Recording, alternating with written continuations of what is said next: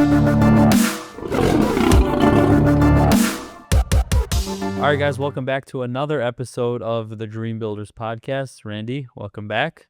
So I was thinking about something, and you briefly touched on it in a previous episode, and it was basically that there's a factor that a lot of people, unless they're directly interacting with Sapphire, don't see, right? The people that Sapphire is built on, the people that were put in place, their experience, their skills.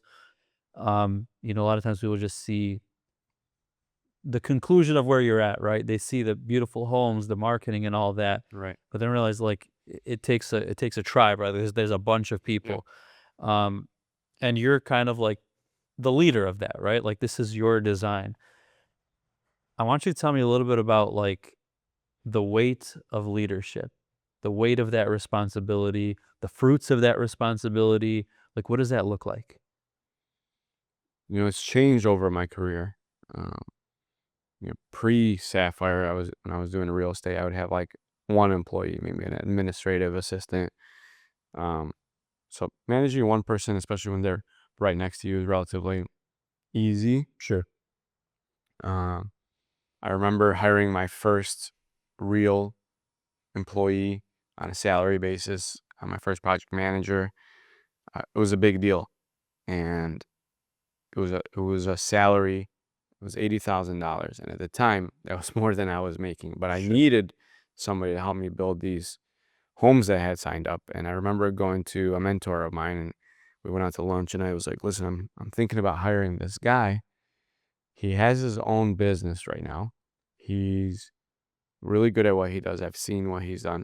He wants to get away from owning his own business and everything that goes with that, and he believes in what I'm doing and wants to join my team, but I'm scared.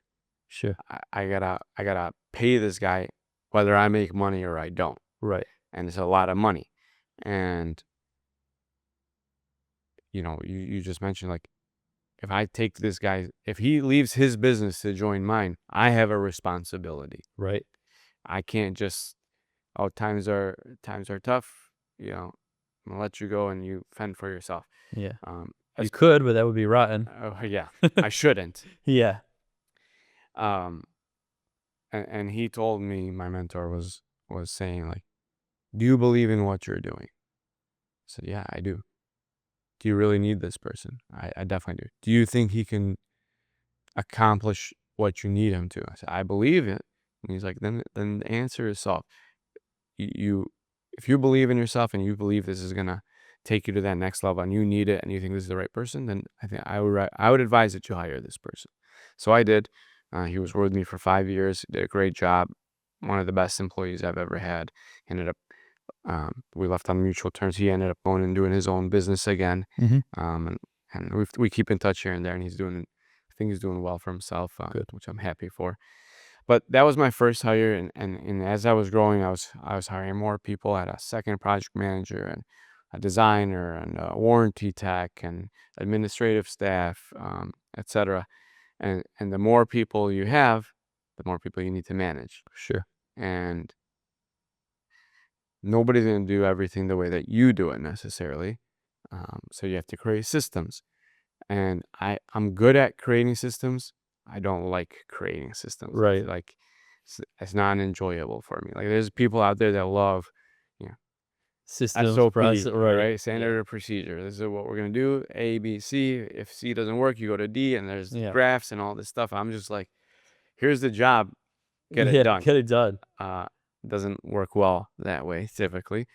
So I learned rather quickly that you need to create systems. So part of being a good leader is setting your people up for success. Just giving them a blueprint saying, build this, is not a good recipe for success. Right. There has to be procedures. How do you want them to handle challenges? How do you want them to interact with the client? How do you want them to interact with a trade contractor? If there's a discrepancy, what do you do? Right. Do they just cuss and fight? Or do they just give in? Or, what is the protocol? Learning those things. I didn't know these things, right? I'm learning these things. Sure. I have a way of doing things that's my way, that I like, that I think is a good way. But then other people have different ways. Right. And Sometimes I learn from them as well. It's a good approach or not a good approach. Um, and now I have a staff of over 30 people. We have I have a COO, an integrator, we call him, Patrick, that's helping me. He's been with me for a couple of years and helping me manage a lot of the people. Yeah. Um, I love certain things about the business, like the vision, creating the vision, and the sales, and the marketing, and the architecture, and the design. And then there's parts of the business I don't like. Managing people, I would say, is not my strongest suit. Can I do it? I think I can do it. And I can do it a decently, but it's not my favorite thing to do. Right.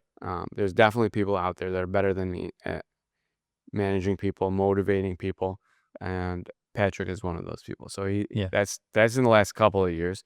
Prior to that, that a lot of that was on me, Yeah. and I would do state of the company address at the beginning of the year. That's still something that I do, and kind of discuss, how did the last year go? What our goal is for this year? What are some key metrics or goals that we're trying to get to? Yep. We've implemented different systems within the business. One of them being EOS, Entrepreneurial Operating System, by Gino Wickman. He's a local guy, and he created this system that brought all these different parts and he put them together to create one overarching operating system. Sure. So we brought in a implementer, a coach that helped us bring that in, and we started using that, and that was challenging. Yeah. I can Bringing a imagine. leadership team together, and people have different opinions, and it's a lot of work too. Right. You're dedicating to this thing, and there's weekly meetings and quarterly meetings and annual meetings, and there's a lot involved. And then you get to a point where, like, am I even building houses and designing houses anymore? Or am I just Right. I'm just in meeting after meeting about meetings, and it's just it got a little bit much. We scaled back. We took the pieces that we liked, Yeah. kept those, and then pulled back some of the other things. And uh, I've always believed in coaching. Hmm. I've probably had a business coach of some sort for the last 7 or 8 years. Yeah. I've gone through different ones and learning from them and trying to be the best leader that I can be for my team and for my company. Yeah. Absolutely. And ironically enough, systems and processes was one of the reasons I quit engineering, because it was all this, like political red tape overhead, and like I didn't do anything fun, like you said, like, are you even building homes? But I will say that, lessons learned in the field, right? And you're like, okay, that's why I need this, right? Like that's, to prevent this. You told me something once, when I was kind of asking your advice about like whether I should, bring somebody on part-time or something. I don't remember, but your advice to me was like, never hire someone you'd be afraid to fire. Cause that's for me, and I'm sure for a lot of personalities, it's a very uncomfortable situation. What was it like having to fire the first person you had to fire? I don't recall if this was the first person I had to fire. I mean, I've had people that left for various reasons. Most of the time, they were mutual and they were cordial. Yeah. There was one project manager that I had that from the beginning just like rubbed me the wrong way. He had been doing this a long time, and he never failed to mention that. You know, I've been doing this for 30 years, and my last job, we did it like this, and this is how it. I'm like, listen, with all due respect, that's not how I want it done, and that's not how we need to do it here. Yeah. And the crazy part is the one that the business that he kept referencing went out of business. So I was like, if that was such a great business model, you wouldn't be here right now, right? Yeah. And he would just couldn't understand the vision to the point where, I'm a big customer first kind of guy, and Yeah. he was not. He was good at building houses. He liked constructing homes. He didn't like the client interaction component. Got it. So he would see a client come in, he would duck out the back. He would refuse to do his daily logs. He would refuse to give his Friday follow-ups. And this was happening. I kept trying as a leader to instill in him the value. Sure. Why we need to do this. What's the benefit? We're not building products. We're delivering a service. We're a service-based business. And Yeah. he was just really having a hard time comprehending this. So it was very challenging. And then one day we had a big issue on a job. I call him like, hey, what happened? Oh, this happened, that happened. I was blaming the contractor. So I was like, this is not cool. This is a big mistake. This is a $50,000 problem. So I called the contractor right away. I'm like, why did you do this? He said, whoa, whoa, whoa. That's not what happened. So I was just told that by my guy. This is what happened. He's like, that's not what happened. This is what happened. Get him on the phone right now. I call Mike. I get him on three-way. Well, this, that, and like, did you just lie to me? Like, are you covering up a mistake that you made, and you're blatantly lying to me, and you're blaming one of our subcontractors? No, it's not like that. So I called him and I said, can you meet me here? We met at a job site, and I was like, I need you to turn in your stuff. Yeah. I gotta let you go. It was, even with all that, it was still tough. I mean, it's somebody's Sure. livelihood. Right. He earned it for sure. Yeah. But firing him, the feeling of firing somebody is not good. Right. In the moment, I was pretty upset because not only did he create a big mistake, he never came clean about it. Even to the last, Right. like, he didn't want to take accountability for it. On top of all the other issues that I had with him, and it was just like, well, I'll tell you, I was reluctant to fire him because I needed somebody in that position. Right. And I knew getting rid of him would create more work and maybe a step back. But after letting him go, it was such a relief Sure. because I didn't have this, what I felt like a burden of somebody that didn't understand or value the vision Yeah. and the processes that we do, Right. and ultimately didn't have the same, core values that I had, obviously, by BSing me or trying to. Right. So it was the right decision. That was one of those things that probably should have happened earlier. Yeah. But, try to give people the benefit of the doubt. You do. You know. I was younger and I was learning and I was trying to be a leader and trying to instill my philosophies, but he didn't want to learn them. Yeah. And that brings up an interesting point, because sometimes, like, people make mistakes, right? Sure. And you come clean and, let's do something to make it, prevent this from happening. But was there ever a time, I'm sure there was, but tell me about a time that sticks out to you that, you made a mistake and you had to own it? So many times. Trying to think of a very specific situation. I had one time, a client was looking at a piece of property, and we were doing some due diligence on it, and we did a bunch of testing, and I missed something on one of the reports. Okay. And it was my responsibility. The client hired me to look into this, and I did, but I missed something. I didn't click. I don't know why. Because when I look back at it, I'm like, how did I miss this? Sure. I don't know if I was going too fast or whatever the situation was. So he bought a piece of property, or almost bought a piece of property that was not good. Okay. Like, we weren't going to be able to build the house that we wanted to build on this property. And I called the client. I think he didn't end up buying it. We got lucky enough we were able to get out of that deal. Okay. And I told him, I was like, hey man, I'm sorry. I completely missed this. It's my mistake. And I felt very bad about it. What I was able to do was I found him another property that was actually ended up being a better price point and a better situation for them. Yeah. And he liked that I was being honest with him, and it kind of was a no harm, no foul situation. Yeah. And we ended up building him a house in a different neighborhood, and now we're actually working on possibly building a second home for them, like 8 years later. That's awesome. And actually, that brings up an interesting point. I was going to ask you, like, what would the implications of that mistake been, like, in a worst case? Like, is it financial implications? Was it? Yeah, that would have been financial. I mean, he would have bought the lot, and then he would have been stuck with the lot. Got it. As at least he wouldn't have been able to build the home that he wanted to build. A home got built on that lot eventually, so it's not like it was unbuildable, Right. but there was costs Sure. and other things like that. Why do you think that he continued to work with you and, like, why was there an opportunity to make it right after? Um, I think he believed I was genuine in the fact that I owned up to my mistake, which I was. I was very apologetic. Um, I took accountability, right? Sure. And I made it right eventually. So I think he appreciated that, and Yeah. at the end of the day, I think it helped build some trust with Good. the client. Yeah, that makes sense. Um, Tell me about a time or what you consider to be the hardest conversation you've ever had with a client. With the client specifically,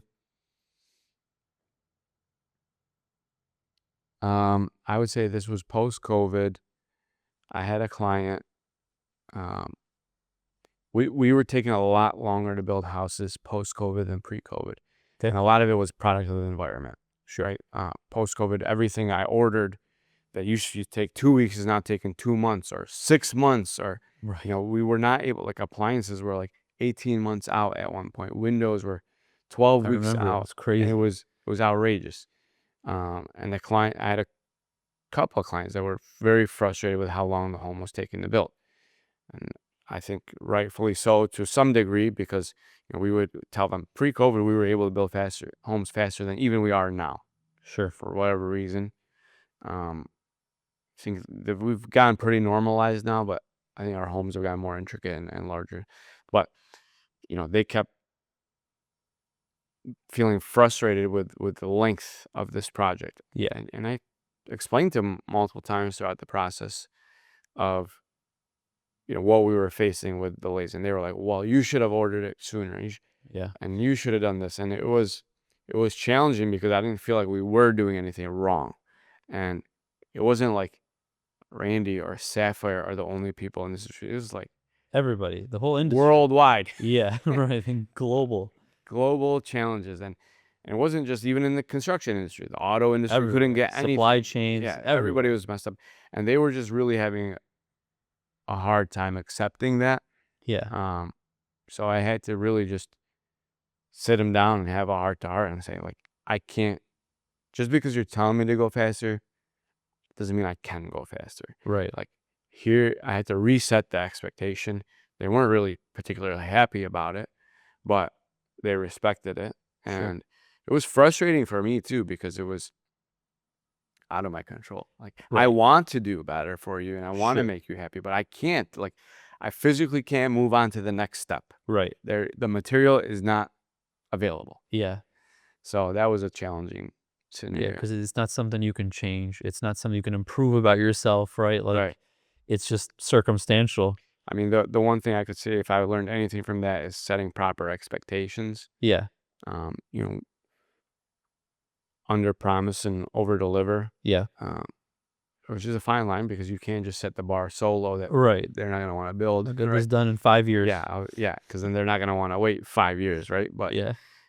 within reason, make sure you're setting proper expectations. If there is a shift in a schedule or a situation or a product becomes unavailable, you got to confront it quickly and be open and honest as to why, Yeah. and help them understand. And I've sat in on these initial meetings, so I kind of I've seen how like the dialogue has changed. It's very much so like, in a perfect situation, this is what you can expect. If things do go sideways, this is how you expect to be informed. Because, in your defense in that situation too, like you also can't predict a global pandemic. Yeah. You know what I mean? Um, but yeah, this is something that's kind of like interesting because I think a lot of people are going to relate to this. It's not builder specific, but what do you take home with you every night? What are the things that you can't leave behind at work? Um, as a business owner, I would say, I can't drop my pencil at 4:59 and say, "Oh, I'm done for the day. I'm out the door," Yeah. or turn my phone off, or maybe I should, but I can't stop looking at my inbox when emails come in. Um, when you are stressed out because of something or another, whether it's a project not going as well as you'd like, or an employee creating challenges in the business, or a client being upset, especially that, I would say, Yeah. is one of those things I take to heart. Like when a client is not happy for one reason or another, like the tile wasn't as shiny as they had anticipated, or the home, they don't think it's feeling the way they wanted it to feel, or whatever. Maybe they're just upset in the moment, Right. uh, but that weighs on me, and I go home sometimes, and that does affect how I am. Earlier in my career, like especially when I had a smaller team, there was more things to do than hours in the day to do them. Sure. I'd literally take home work with me. I didn't even know what it felt like not to work after work, Right. right? And weekends and stuff. It was easier to do that before I had kids. Now I get home, and you want to spend time with the kids, and Of course. I don't want to be taking phone calls and taking time away from them, or being on the computer, because I only get so many hours in the evening with them. Right. You don't want to be taking numerous meetings on weekends, Of course. but that was all part of the game, Yeah. uh, 100%.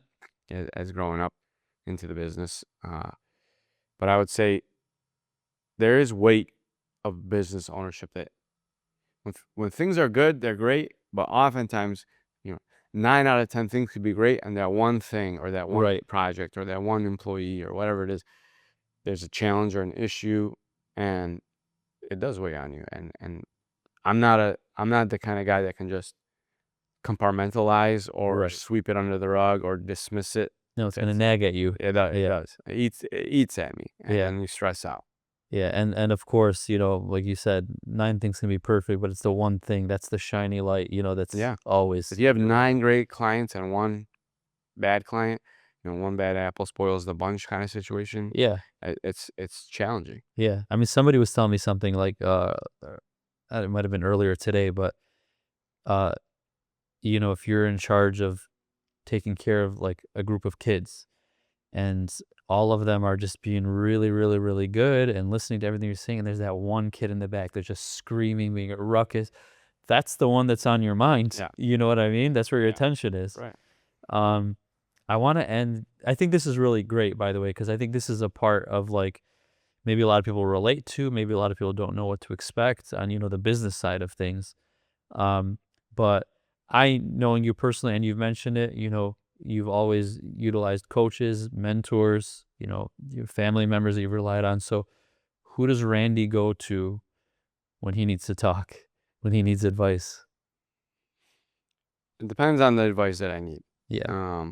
I have certain friends that I can confide in, uh, if depending on if it's a financial situation that Right. they can understand and relate, or if it's a construction related situation. I have friends in the industry that are builders in our locale, that I can call up and say, hey, I'm having a big problem with this. Have you ever experienced this? Or Yeah. and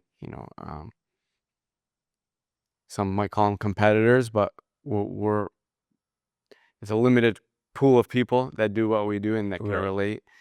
Um, my wife, I would say, we talk a lot, and openly. We've been together for a very long time, since before I started the business, so she's seen me from day one, ground up, literally. Um, my parents are Yeah. also people. My mom, I think I told this in one of the earliest podcasts. Somebody I talked to about the struggles in my business. My dad has been a business owner, and Right. I've talked to him about it, and he's generally a very positive person, and like, how do you keep a smile on when everybody's pissing you off? And he was like, you don't. Some Yeah. night you don't. Sometimes Sometimes you you got, don't. yeah. But there I am blessed that there's been a lot of people around me, from previous employers, to my parents, to my friends, colleagues, um, and actually employees as well. I was talking about Sure. that, one of the first employees, that he helped me a lot. Yeah. We were working hand in hand every day, like in the trenches, and he had more experience than I had, so I'm not shy to take advice from anybody, older, younger, Right. newer, whatever it may be. I think there's a lot of like mental health implications of being a business owner, but this is just a testament of, building a good support network, I think, that you can fall back on when you need it. Absolutely. I mean, business ownership isn't for everyone, and it's not for the light of heart. That's for sure. There's a lot of ups and downs. There's a lot of things that you don't ever think about when I just had a 2-hour Zoom call about my insurance coverage yesterday, and like, what does that have to do with Right. designing and building houses? It's just part of owning a business. You have to have insurance, and there's all these things. Now there's cyber insurance and crime insurance and this and that, and the bigger you are, the more you need, and it's you're learning and you're trying to make the best decisions. Is it worth spending this much money? Is this a plausible scenario, Right. etc., right? There's legal, there's accounting, there's all kinds of things. You have A lot a of moving lease on parts. a building, you have cars that you have to own and maintain, and you look at the budget and you're like, how many of these activities actually have to do with designing and building, Right. right? And that's part of business ownership. Yeah, it's the name of the game.